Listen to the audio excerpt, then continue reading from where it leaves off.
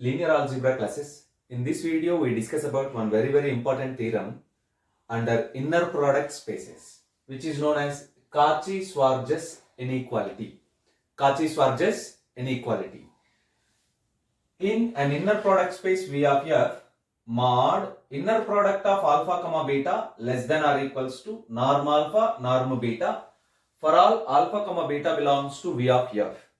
Observe the statement of Cauchy-Schwartz inequality. In an inner product space V of f, mod inner product of alpha comma beta less than or equals to norm alpha norm beta for all alpha comma beta belongs to V of f. So we prove this statement in two cases. Let us take V of f be an inner product space and alpha comma beta are any two vectors in V. Case 1, one of the vector is 0 vector. I mean alpha is equals to 0 vector. Among these two vectors alpha and beta, one vector is linear, one vector is 0 vector. That is alpha is equals to 0 bar. If alpha is equals to 0 bar, then automatically norm alpha is equals to 0. If norm alpha is equals to 0, then what is the value of norm alpha into norm beta? Norm alpha is 0, 0 into norm beta, 0 into anything is equals to 0. So, in a similar manner, inner product of alpha comma beta, this symbol read as inner product of alpha comma beta is equals to inner product of 0 bar comma beta is equals to 0. We know that the inner product with 0 vector is always 0. The inner product of any vector with 0 vector is equals to 0. Therefore, inner product of alpha comma beta also 0. Its modulus of inner product of alpha comma beta is also equivalent to 0. Now you observe these 2 points. This one, norm alpha into norm beta 0. Mod inner product of alpha comma beta is also 0. From these two conditions we conclude that modulus of inner product of alpha comma beta is equals to norm alpha into norm beta. You observe that whenever alpha is a 0 vector. Case 2. Let us take that alpha is a non-zero vector. Alpha is equals to not equals to alpha is not equals to 0 bar. Alpha is not equals to 0 bar. If alpha is not equals to 0 bar, then norm alpha is equals to 0. I mean alpha is non-zero vector. Therefore, norm alpha is also non-zero vector. Norm is always a non-negative number. Norm means it is the non-negative number of the vector. So, non-negative value means norm alpha is greater than 0. Positive. Actually, if alpha is a triad like this, a comma b comma c, then norm alpha is equals to square root of a square plus b square plus c square. So, very clearly it is a positive value. Always. So, if it is a non-zero vector, then norm alpha is greater than 0. If norm alpha is greater than 0, then 1 by norm alpha is greater than 0. So, right?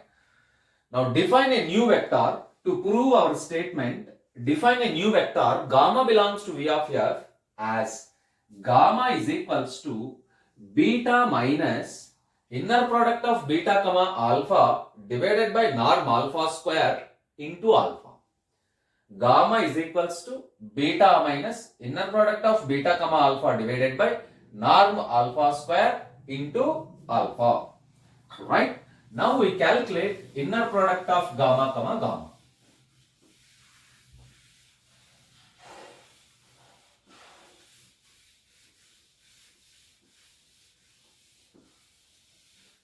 Right? Now we calculate inner product of gamma comma gamma. Inner product of gamma comma gamma, which is equals to inner product of beta minus inner product of beta comma alpha by norm alpha square into alpha comma beta minus inner product of beta comma alpha by norm alpha square into alpha. We know that inner product of alpha plus beta comma alpha plus beta can be split like this. Alpha comma alpha plus beta plus beta comma alpha plus beta. Inner product of alpha plus beta comma alpha plus beta can be split like this. inner product of first vector alpha and the total second vector alpha plus beta plus second vector beta comma inner product plus alpha plus beta. Again this can be written as alpha comma alpha plus alpha comma beta alpha comma alpha plus inner product of alpha comma beta plus inner product of beta comma alpha plus inner product of beta comma beta. Yes, by using this result, by using this property or by using this axiom, this inner product can be split like this. You observe that? We split the inner product like this. Inner product of beta comma beta minus beta comma alpha by norm alpha square into alpha beta comma whole second vector. Here we have minus symbol, minus inner product of beta comma alpha by norm alpha square comma into alpha comma beta minus inner product of beta comma alpha by norm alpha square into alpha. Right. We split this inner product again in the following manner. You observe that? Again it can be written as inner product of beta comma beta, inner product of beta comma beta. We have minus symbol, minus inner product of beta comma the second vector beta comma alpha by norm alpha square into alpha. We have minus here, minus inner product of beta comma alpha divided by norm alpha square into alpha comma the first vector is beta. Here we have minus, again here we have minus, minus into minus becomes plus. Inner product of first vector as it is, inner product of beta comma alpha by norm alpha square into alpha comma the second vector also same vector, inner product of beta comma alpha by norm alpha square into alpha. Right? What is inner product of beta comma beta? Norm beta square. This is nothing but definition. Norm beta square is nothing but inner product of beta comma beta minus. There is a property. Inner product of alpha comma a beta is equals to a bar into inner product of alpha comma beta. Observe this property. Inner product of alpha comma a beta is equals to a bar into inner product of alpha comma beta. Means here the real or complex number is multiple for the second vector. This a is multiple for second vector. If you take out this a outside the inner product, you get a bar, conjugate of a. Conjugate of a. So by using this property, here this vector is inner product of beta comma alpha bar by norm alpha square, inner product of first vector beta, second vector alpha. Beta comma alpha minus, this is the first vector. Again there is a property, inner product of a alpha comma beta is equals to a into inner product of alpha comma beta. The previous property is, here we use this one, alpha comma a beta is equals to a bar into inner product of alpha comma beta. If we common from the first vector, if we take out the element from the first vector, then you get same a. If you take out the element from the inner product in the second vector, from the second vector, you get conjugate. Observe that. Here a is coefficient of first vector, here a is coefficient of second vector. So, by using this property here, this term, inner product of beta comma alpha by norm alpha square, inner product of alpha comma beta plus, now you by making these two common, inner product of beta comma alpha by norm alpha square from the second element, inner product of beta comma alpha bar by norm alpha square, these two vectors alpha and alpha, inner product of alpha comma alpha. Yes, let us rearrange the terms. Norm beta square minus inner product of beta comma alpha conjugate into inner product of beta comma alpha,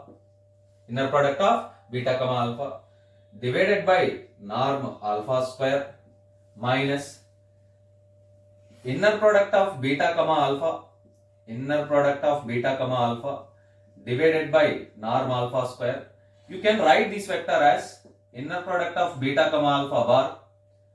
Inner product of alpha comma beta can be written like this. Inner product of beta comma alpha bar plus inner product of beta comma alpha, inner product of beta comma alpha bar divided by norm alpha square. You observe that here inner product of alpha comma alpha is nothing but, this term is nothing but norm alpha square. Here we have norm alpha square. These two terms get cancelled. Observe that. Inner product of alpha comma alpha, norm alpha square. Already in the denominator we have norm alpha square, so they get cancelled. Now you observe this. The last term and the last but one term, they are same terms with opposite signs. This is a positive term and this is a negative term. These two terms get cancelled. So finally you get this norm beta square minus inner product of beta comma alpha bar, inner product of beta comma alpha divided by norm alpha square. Let us use a property of complex numbers. Z into Z bar is equals to mod inner product of mod Z square. Z into Z bar is equals to mod Z square. By applying that property here, let it be Z and let it be Z bar into Z. You simply get mod inner product of beta comma alpha whole square by norm alpha square. This is nothing but inner product of gamma comma gamma. Yes, let us continue.